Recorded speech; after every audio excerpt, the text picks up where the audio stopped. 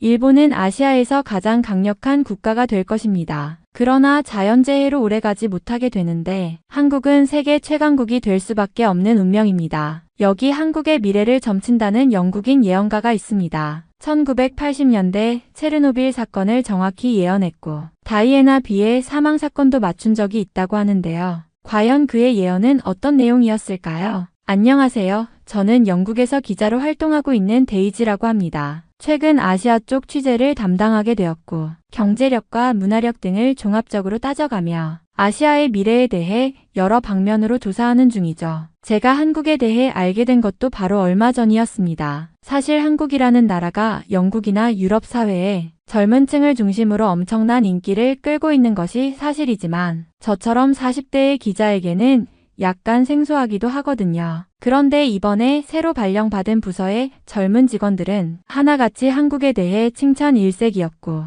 앞으로 가장 유망한 나라로 한국을 꼽을 정도였습니다. 제가 아시아에 대한 취재를 생각했을 적에는 중국과 일본에 대해 자료를 조사하면 된다고 생각했고 앞으로 아시아를 이끌 나라는 일본이 아닐까 싶었거든요. 저희 어린 시절에는 일본이 아시아에서 가장 유망한 나라였고 일본의 도쿄를 팔면 미국을 살 수 있다는 말이 있을 정도로 굉장히 부유한 나라라고 들었거든요. 그런데 저희 부서 막내인 S맨은 중국과 일본 위에는 한국이 있고 한국의 음식 문화, 예절 문화, 언어 문화 등 정말 다양한 문화들이 유럽 사회에 퍼져 있다며 세계를 이끄는 소프트 파워의 중심이 한국이기 때문에 다른 나라는 넘볼 수 없을 정도로 강력한 힘을 지닌 나라가 바로 한국이라고 말하는 것이었어요. 저는 당황스러운 그녀의 말에 약간 충격을 받고 한국이라는 나라에 제대로 공부해보기 시작했던 것입니다. 그리고 저는 정말 충격적인 한 예언가의 주장을 보게 되었고 믿을 수 없을 정도로 큰 충격에 빠지고 말았죠.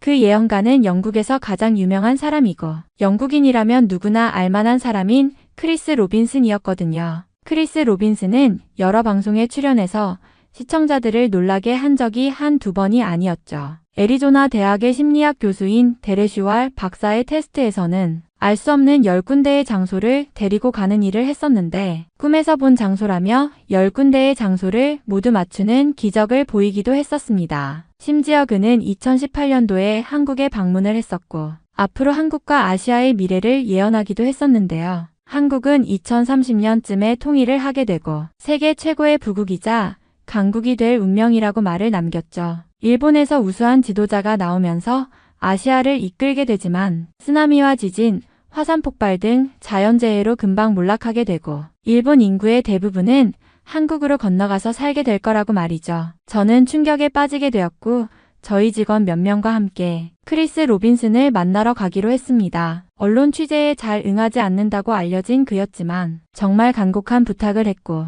그러면 한국에 대해 알려줄 테니 이날에 찾아오라는 말을 하더라고요. 날짜와 시간까지 알려주었고 그 시간에 맞추어 카페에서 그를 만나게 되었습니다. 그는 차분한 표정으로 저를 맞이하며 마치 모든 것을 이미 알고 있는 듯한 눈빛을 하고 있었습니다. 드디어 왔군요. 당신이 저를 만나러 오리라는 것도 예견했습니다. 저는 그의 말에 순간 당황했지만 이내 본론으로 들어갔습니다. 선생님은 과거에도 많은 예언을 마치셨다고 들었습니다. 체르노빌 사건과 다이애나, 왕세자비의 비극적인 죽음까지도요. 그런데 이번에는 한국과 아시아의 미래를 예언하셨다고 하더군요. 그는 천천히 고개를 끄덕이며 차 한 모금을 마셨습니다. 그렇습니다. 저는 몇 년 전부터 아주 강렬한 꿈을 꾸었습니다. 그 꿈에서는 전 세계가 한국이라는 나라를 중심으로 변화하고 있었습니다. 저는 그의 말에 집중하며 물었습니다. 어떤 변화였습니까? 크리스 로빈슨은 잠시 생각에 잠긴 듯 하다가 천천히 입을 열었습니다. 그 꿈에서 저는 한국이 세계의 중심이 되는 모습을 보았습니다. 경제적으로도 문화적으로도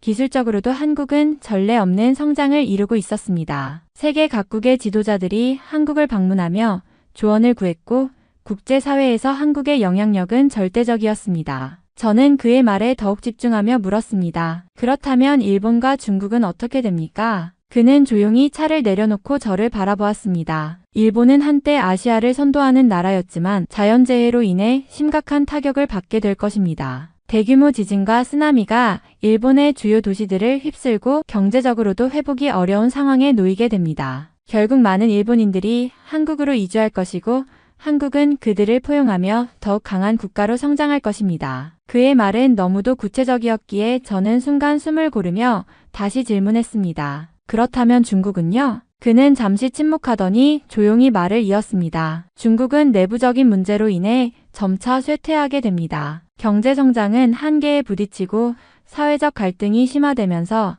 국제적인 신뢰를 잃게 되죠. 반면 한국은 정치적으로도 안정적이고 국민들의 단결력이 강하기 때문에 세계에서 가장 신뢰받는 나라가 될 것입니다. 저는 그의 이야기가 점점 흥미롭게 느껴졌습니다. 그렇다면 한국의 통일은 언제쯤 이루어질까요? 그는 다시 한번 깊은 숨을 들이마시며 조용히 대답했습니다. 2030년 즈음 한반도에 커다란 변화가 있을 것입니다. 평화적인 방법으로 통일이 이루어지고 한국은 통일을 계기로 더욱 강력한 국가로 성장하게 됩니다. 그리고 곧 세계 최강국의 반열에 오르게 되겠지요. 그의 단언적인 말에 저는 놀라지 않을 수 없었습니다. 세계 최강국이라니 미국이나 유럽을 뛰어넘는다는 뜻입니까? 크리스 로빈스는 미소를 지으며 고개를 끄덕였습니다. 한국은 단순한 경제 강국이 아닙니다. 기술력, 문화적 영향력, 그리고 윤리적인 리더십까지 갖춘 나라가 될 것입니다. 지금도 전 세계가 한국의 문화에 열광하고 있지 않습니까? 그것이 바로 시작일 뿐입니다. 저는 그의 말을 곱씹으며 한국의 미래를 다시금 떠올려 보았습니다. 어쩌면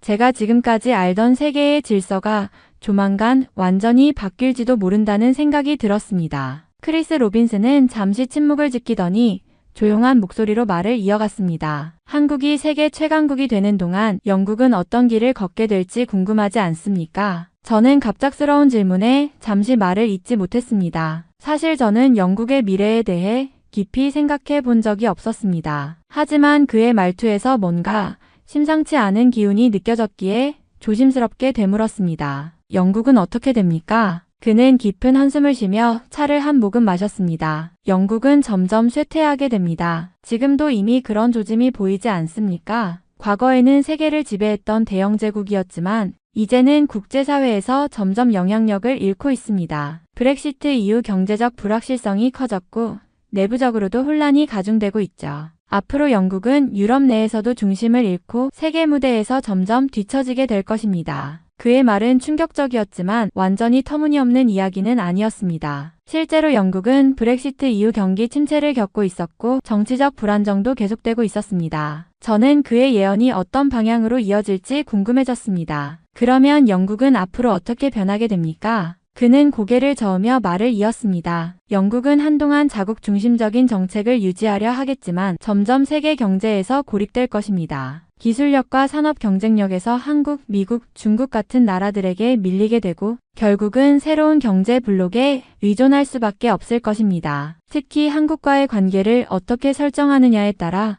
영국의 미래가 크게 달라질 것입니다. 저는 그의 마지막 말에 흥미를 느꼈습니다. 한국과의 관계라면 영국이 한국과 가까워질 수도 있다는 뜻입니까? 그는 미소를 지으며 고개를 끄덕였습니다. 영국이 현명하다면 한국과 긴밀한 협력 관계를 맺으려 할 것입니다. 한국은 미래의 세계 경제와 기술의 중심이 될 테니까요. 하지만 영국이 과거의 자존심을 버리지 못하고 고립을 선택한다면 더욱 어려운 상황에 처하게 될 수도 있습니다. 그의 말에 저는 여러 가지 생각이 들었습니다. 한국이 세계 최강국이 된다면 영국이 그 흐름을 따라가는 것이 최선의 선택일지도 모른다는 생각이 들었습니다. 하지만 과연 영국이 그러한 결정을 내릴 수 있을까요? 크리스 로빈스는 제 표정을 읽은 듯 덧붙였습니다. 미래는 정해진 것이 아닙니다. 다만 흐름을 읽고 올바른 선택을 하는 자가 승자가 될 것입니다. 영국도 마찬가지죠. 한국이 세계를 선도하는 나라가 될 때 영국이 그 기회를 잘 활용할 수 있을지 지켜보아야 할 것입니다. 그의 말은 단순한 예언이 아니라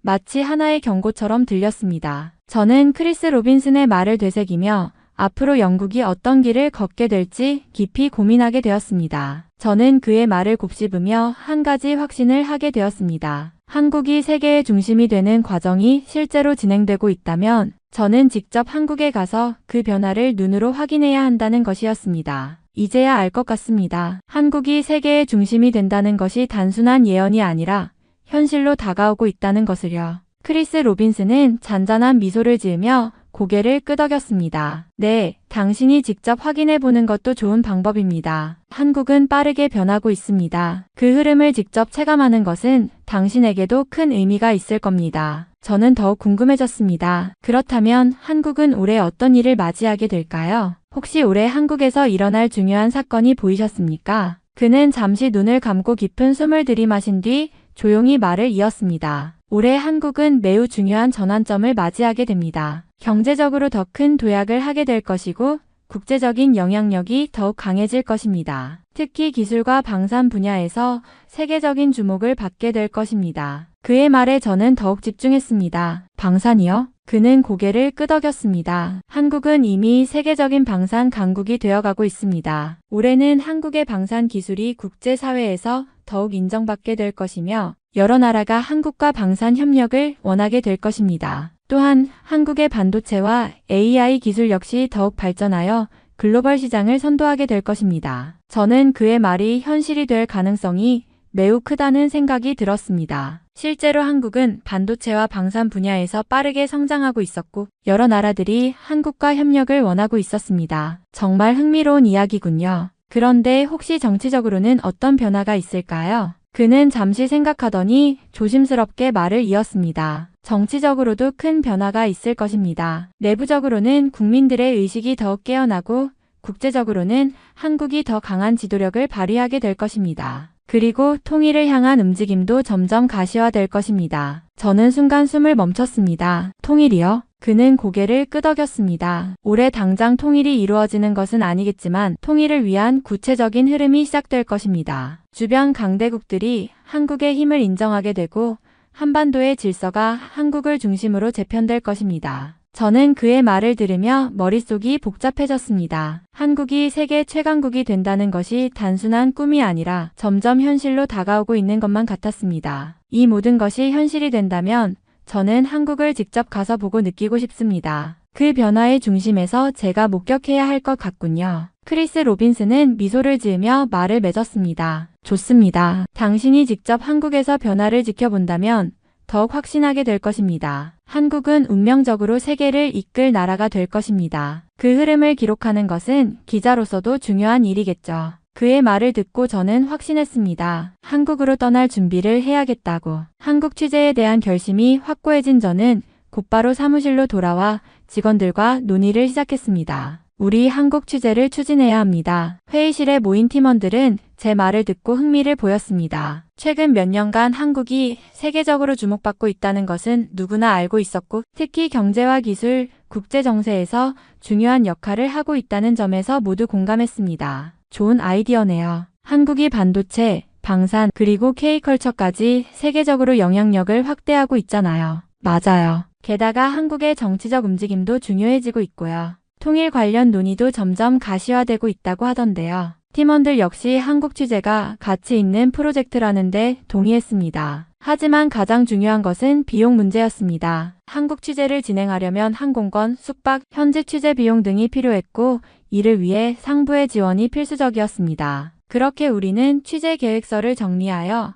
경영진의 보고서를 제출했고 며칠 뒤 회의실에서 상부와 논의하는 자리가 마련되었습니다. 한국 취재라. 분명 의미 있는 프로젝트군요. 상부에서는 우리의 기획 의도를 긍정적으로 평가하는 듯 했지만 곧 예상치 못한 제안을 했습니다. 하지만 우리는 현재 일본 취재를 우선적으로 고려하고 있습니다. 일본의 경제 회복과 정치적 변화도 중요한 이슈이기 때문에 일본을 중심으로 취재하는 것이 더 적절하지 않을까요? 순간 저는 당황했습니다. 일본이 최근 정치적으로 변화하고 있는 것은 맞지만 지금 세계적인 흐름을 보면 한국이 더 중요한 위치를 차지하고 있다는 것은 분명한 사실이었습니다. 저는 크리스 로빈슨과의 인터뷰를 떠올렸고 그의 예언을 바탕으로 한국의 중요성을 강조해야겠다고 생각했습니다. 일본도 중요한 취재 대상이지만 현재 세계적인 관심은 한국으로 향하고 있습니다. 회의실의 분위기가 조용해졌고 저는 이어서 말을 이었습니다. 최근 국제 정세를 보면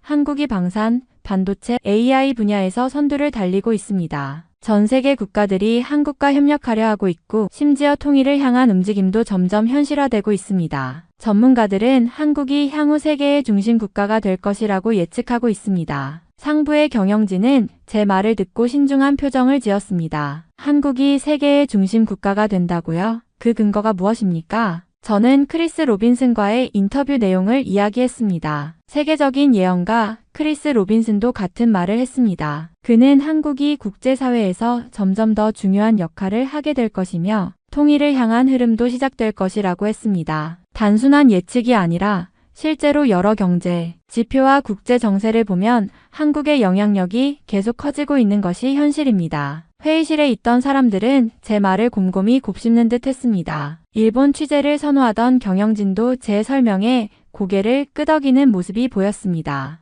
한국의 영향력이 커지고 있다는 것은 부정할 수 없군요. 저는 이 기회를 놓치지 않고 다시 한번 강하게 주장했습니다. 이제는 일본이 아니라 한국을 취재할 때입니다. 한국의 변화는 앞으로 세계에 큰 영향을 미칠 것이고 우리가 그 흐름을 직접 기록해야 합니다. 경영진은 잠시 침묵하다가 서로 눈을 마주치며 조용히 논의했습니다. 그리고 마침내 팀장 중 한 명이 입을 열었습니다. 좋습니다. 한국 취재를 승인하겠습니다. 하지만 구체적인 취재 계획을 더 세부적으로 보완해서 다시 제출해주세요. 저는 안도의 한숨을 내쉬며 고개를 끄덕였습니다. 알겠습니다. 최선을 다해 준비하겠습니다. 그렇게 우리는 한국 취재를 위한 본격적인 준비를 시작하게 되었습니다. 한국 취재가 승인되자마자 저는 본격적으로 준비에 돌입했습니다. 가장 먼저 해야 할 일은 한국이라는 나라를 더 깊이 이해하는 것이었습니다. 단순한 관광객이 아니라 기자로서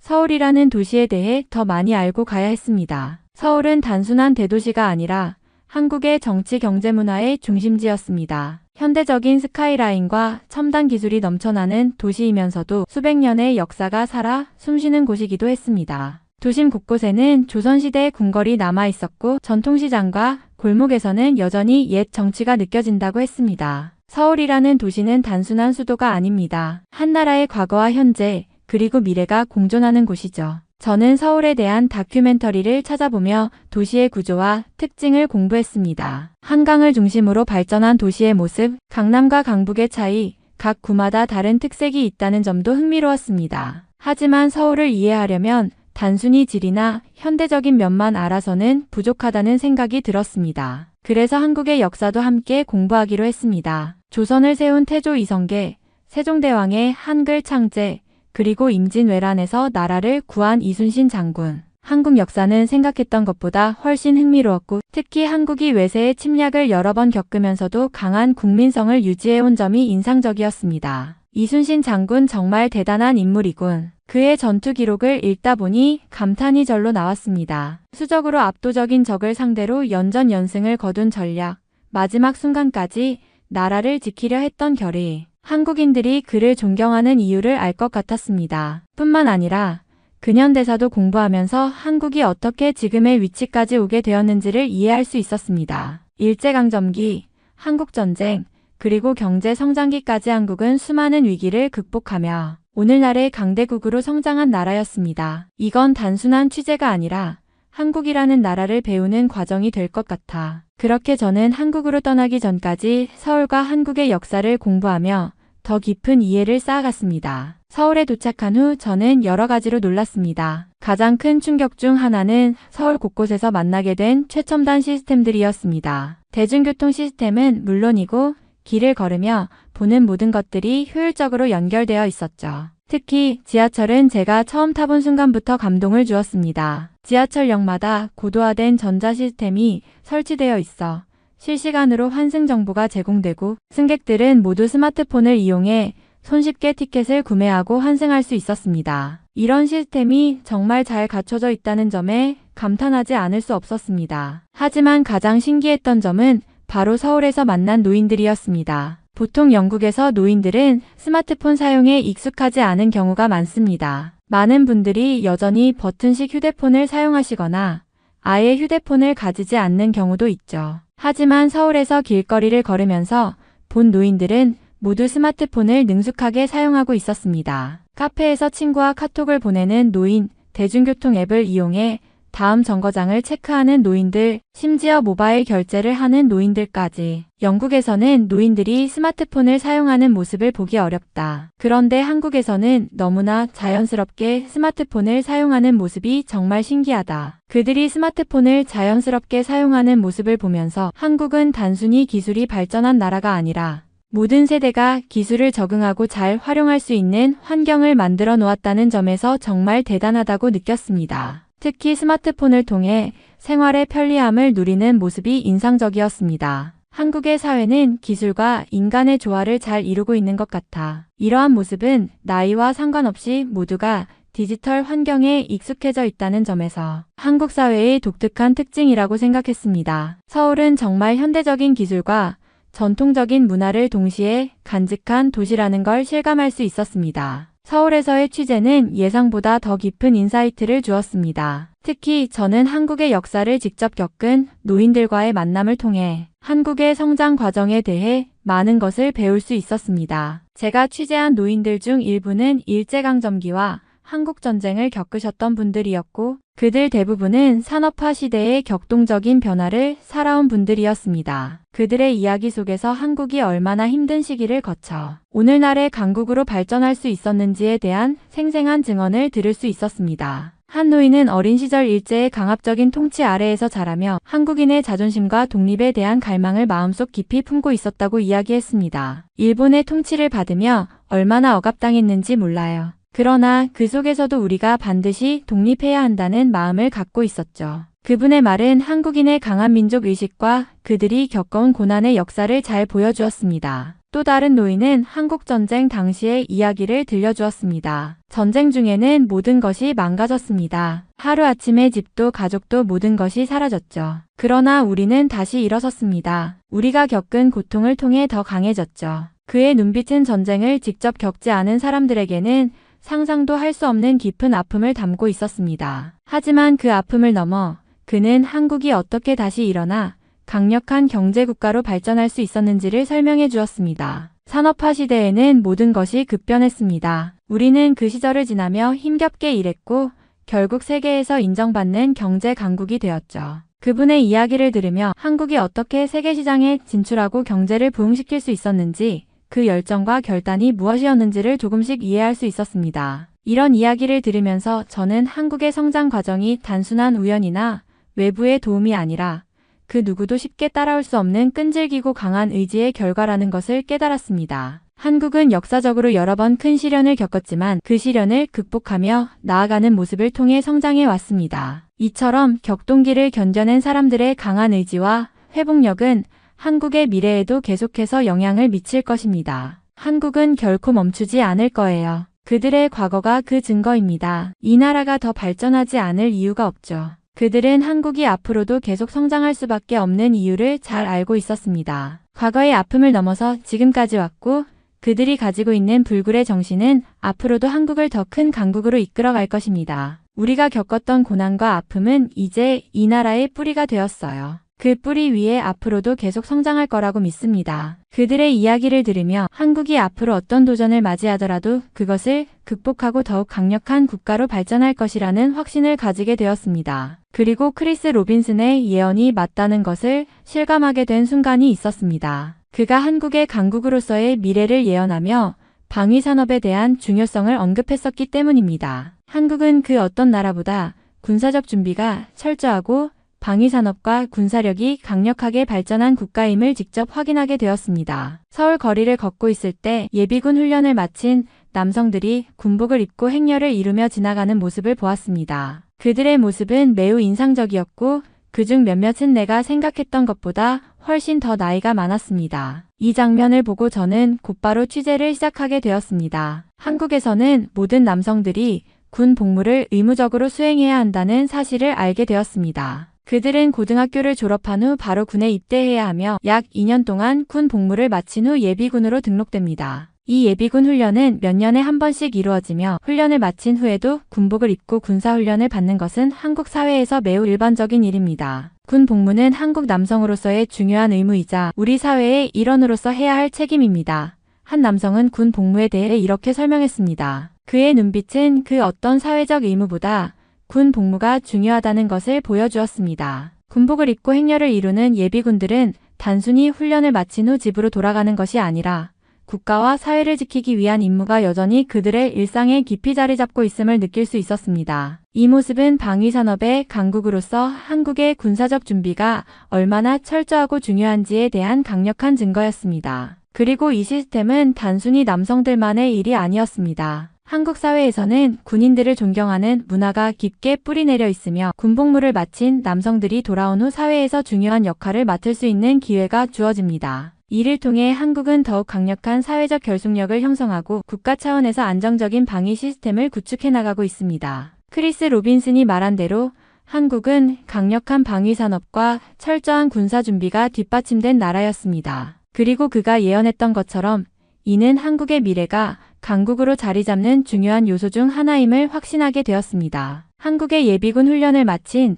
남성들이 일상적으로 군사적 준비를 갖추고 있다는 사실은 단순한 군사 훈련을 넘어 한국의 국가적 위상을 더욱 높여줄 중요한 기반임을 깨달았습니다. 이처럼 한국은 경제뿐만 아니라 방위산업과 군사적 준비까지 모두 강력한 나라로 성장해가고 있다는 것을 확신할 수 있었습니다. 또한 서울의 거리를 걸으며 저는 한국 시민들의 높은 시민의식에 깊은 감탄을 금치 못했습니다. 특히 교차로에서 신호등이 바뀌지 않았음에도 불구하고 모든 보행자들이 질서를 지키며 정지해 있는 모습을 보고 놀랐습니다. 신호등이 빨간불로 바뀌기 전에 아무도 차도로 나서지 않았습니다. 이는 단순히 법적 규정을 따르는 것을 넘어서 시민들이 자발적으로 사회적인 책임을 다하고 있다는 느낌을 받았습니다. 영국에서는 많은 사람들이 신호를 무시하고 길을 건너는 경우가 종종 있었습니다. 특히 바쁜 시간대에는 교차로에서 신호를 기다리지 않고 도로를 건너는 사람들이 많았던 기억이 납니다. 그러나 서울에서는 이와는 완전히 다른 풍경을 목격할 수 있었습니다. 사람들이 서로를 배려하며 안전하고 질서 있는 환경을 유지하려는 마음가짐이 확실히 자리 잡고 있었습니다. 또한 서울의 지하철에서는 사람들이 자리를 양보하고 노약자나 장애인에게 자연스럽게 자리를 내어주는 모습도 인상적이었습니다. 한 노인이 지하철에 타자 바로 옆에 있던 젊은 남성이 일어나 자리를 양보했습니다. 그 남성은 아무런 망설임도 없이 자리를 양보했으며 노인은 감사의 뜻을 전하고 앉았습니다. 이 작은 순간에서 저는 한국 사회에서의 배려와 존중이 얼마나 중요한 가치로 자리 잡고 있는지 실감할 수 있었습니다. 반면 영국에서는 종종 이런 배려가 부족한 모습을 보기도 했습니다. 특히 지하철과 같은 공공장소에서는 대부분 사람들이 자신만의 공간을 유지하려 하며 다른 사람에게 자리를 양보하는 모습은 드물었습니다. 물론 일부 지역에서는 배려가 있지만 전반적으로 한국처럼 일상에서 자연스럽게 배려를 실천하는 모습은 적은 편이었습니다. 또 다른 인상 깊은 장면은 서울의 청소 상태였습니다. 거리를 걷다 보면 청소하는 사람들이 보이지 않았지만 거리는 항상 깔끔하고 청결했습니다. 저는 어떻게 이렇게 사람들이 쓰레기를 버리지 않고 환경을 유지하는 것인지 궁금해졌습니다. 그때 한 한국 시민에게 물어보았습니다. 한국 사람들은 어떻게 이렇게 깨끗한 환경을 유지하는 거죠? 그는 웃으며 말했습니다. 우리는 어렸을 때부터 청결의 중요성을 배우고 개인적인 책임감을 느끼고 있습니다. 거리는 모두의 공간이니까 함께 지키는 것이죠. 이 대답은 제게 큰 충격을 주었습니다. 한국인들은 단순히 법이나 규정을 따르는 것이 아니라 어린 시절부터 자연스럽게 내면의 시민의식을 배양하는 문화가 형성되어 있었던 것입니다. 영국에서는 종종 거리에서 쓰레기를 쉽게 보게 되는데 한국에서는 시민들이 자발적으로 사회의 규범을 지키고 있는 모습에 깊은 인상을 받았습니다. 저는 이제 확신하게 되었습니다. 한국은 그저 경제적으로 강력한 나라일 뿐만 아니라 시민의식이 뛰어난 나라로 성장하고 있었습니다. 이 시민의식의 높은 수준은 한국이 앞으로도 더욱 발전하고 성장하는 데 큰 도움이 될 것입니다. 그리고 크리스 로빈슨이 예언한 대로 한국은 강력한 경제와 함께 세계의 리더로 자리 잡을 운명이었습니다. 외국 취재를 다니면서 이런 나라는 정말 처음 보았고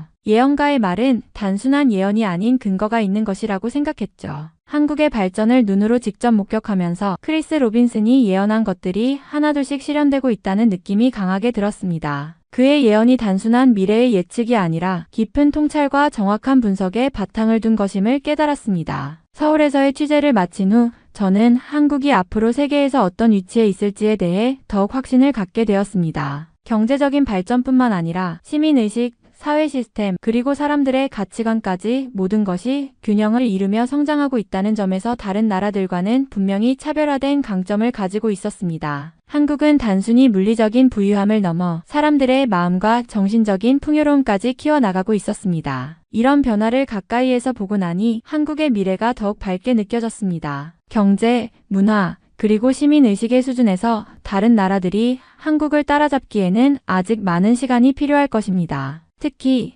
사람들의 마음속 깊은 곳에서 나오는 자발적인 질서와 배려, 그리고 사회적 책임감은 한국을 더욱 강하게 만들고 있었습니다. 영국에서의 삶이 더 이상 익숙하게 느껴지지 않기 시작했습니다. 한국의 사람들은 서로를 존중하고 공동체의 일원으로서 자신들의 역할을 다하려고 합니다. 반면 영국에서는 개인주의가 강하게 자리 잡고 있으며 때로는 이런 사회적 거리감이 사람들 간의 연결을 약하게 만드는 경우도 있었습니다. 한국에서 느낀 따뜻한 배려와 협력의 문화는 이제 제게 더 큰 의미로 다가왔습니다. 크리스 로빈슨의 예언을 돌아보며 저는 한국의 미래가 그가 말한 대로 이루어질 가능성이 높다는 확신을 가지게 되었습니다. 그는 단순히 미래를 예측한 것이 아니라 이미 진행 중인 변화들을 정확히 읽어내고 있었던 것입니다. 그가 예언한 것처럼 한국은 2030년쯤 통일을 이루고 세계 경제와 정치에서 중요한 역할을 하게 될 것입니다. 또한 그런 과정 속에서 자연재해나 사회적 혼란을 겪지 않도록 시스템적으로 잘 준비된 강국으로 성장할 것입니다. 이 모든 것이 이제 현실로 다가오는 것 같았습니다. 저는 한국의 미래를 다루는 기사를 준비하며 더 많은 사람들에게 이 사실을 알리고 싶었습니다. 한국은 더 이상 단순한 아시아의 나라가 아니라 세계를 이끌어갈 중요한 국가로 자리매김하고 있다는 사실을 세상에 알릴 시간이 온 것 같았습니다. 한국에 이어서 갔던 일본에서는 불편한 상황이 많았고 낙후된 모습이 많이 보여서 현대화가 덜 된 기분이 들었습니다. 일본은 분명히 경제적으로 강력한 국가였고 그들의 기술력도 여전히 세계적인 수준을 자랑하지만 한국에서 경험했던 것과 비교하면 여러 면에서 뒤처지는 느낌을 받았습니다. 특히 일본의 대중교통 시스템은 오래된 시설이 많고 일부 지역에서는 과거의 흔적이 그대로 남아있어 불편함을 느꼈습니다. 한국에서 경험한 첨단 기술로 통제되는 교통 시스템, 빠르고 효율적인 대중교통과는 확실히 차이가 있었죠. 또한 일본의 거리나 건물들이 과거의 낡은 모습으로 많이 남아있는 것을 보고 일본이 현대화의 속도에서 한국보다 뒤처지고 있다는 인상을 받았습니다. 일본의 도쿄와 같은 대도시도 분명히 발전된 곳이지만 곳곳에서 느껴지는 일본 특유의 전통적인 요소들이 과거의 방식을 고수하는 것처럼 보였습니다. 특히 일본의 노인층은 여전히 스마트폰 사용에 어려움을 겪고 있었고 버튼식 휴대폰을 고수하는 사람들을 많이 볼 수 있었습니다. 한국에서는 스마트폰 사용이 보편화되어 있고 노인들도 쉽게 사용할 수 있는 기술들이 도입되어 있다는 점에서 큰 차이를 느꼈습니다. 일본의 인프라는 고도화된 면도 있지만 많은 부분에서 시대의 변화에 적응하지 못하고 낙후된 느낌을 받았습니다. 과거의 전통과 혁신이 조화를 이루기 어려운 부분들이 있는 것 같았습니다. 일본은 여전히 많은 문화적 자산을 가지고 있지만 현대화에 있어 한국과 같은 속도로 변화하고 발전하는데 어려움을 겪고 있다는 생각이 들었습니다. 이 모든 것이 저에게 한국의 놀라운 발전을 다시 한번 실감하게 만들었고 한국이 왜 미래의 세계 강국이 될 수밖에 없는지에 대한 확신을 더욱 강하게 느끼게 되었습니다. 2030년대의 한국 통일 상황이 너무 기대되는 요즘이고 그때 다시 한국에 가게 된다면 색다른 경험을 하게 될 것 같다는 생각이 드네요. 영국도 한국과 가까이 지내며 더 강해지는 나라가 되었으면 하는 바람입니다. 이번 사연은 여기서 마무리하도록 하겠습니다. 끝까지 시청해주셔서 감사드립니다. 좋아요와 구독은 영상 제작에 큰 힘이 됩니다. 꼭 한 번씩만 눌러주세요. 감사합니다.